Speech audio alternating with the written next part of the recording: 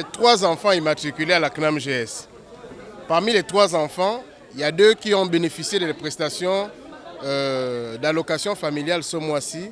Et il y a le dernier qui n'en a pas bénéficié.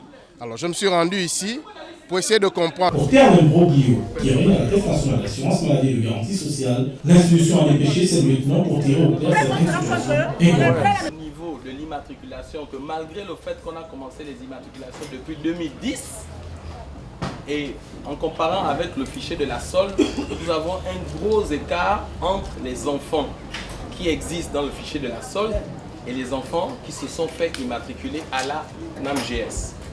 Donc, on peut poser la question de savoir pourquoi cet écart.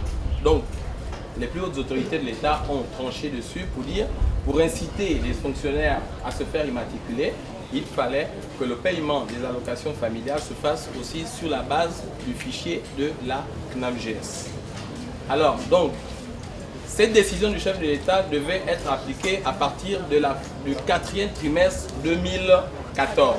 Plusieurs cas de fraude ont été enregistrés sur le fichier de la CNAMGS, mais la direction compte se saisir de ces cas et y mettre un terme. Vous savez que les enfants ne sont pas les vôtres, il est inutile de crier, parce que nous allons finir par découvrir que ce ne sont pas vos enfants. Lorsque vous savez que vous êtes dans le faux, il est inutile de crier. Ceux qui sont dans le vrai, il n'y a pas de souci. Mais je vous dis que les contrôles se font. Quand vous déposez les dossiers, nous entrons jusque dans les actes de naissance. Nous faisons le travail et c'est notre travail. Et les vrais maintenant, les vrais enfants. Lancé il y a quelques années, le recensement des agents de la Caisse nationale d'assurance maladie et de garantie sociale et leur progéniture est loin de prendre fin. Et le nombre de cas de fraude découverts dans les fichiers de la solde et de la CNAMGS ne favorise pas la fiabilité de ce fichier et remet en cause la crédibilité de certains agents publics.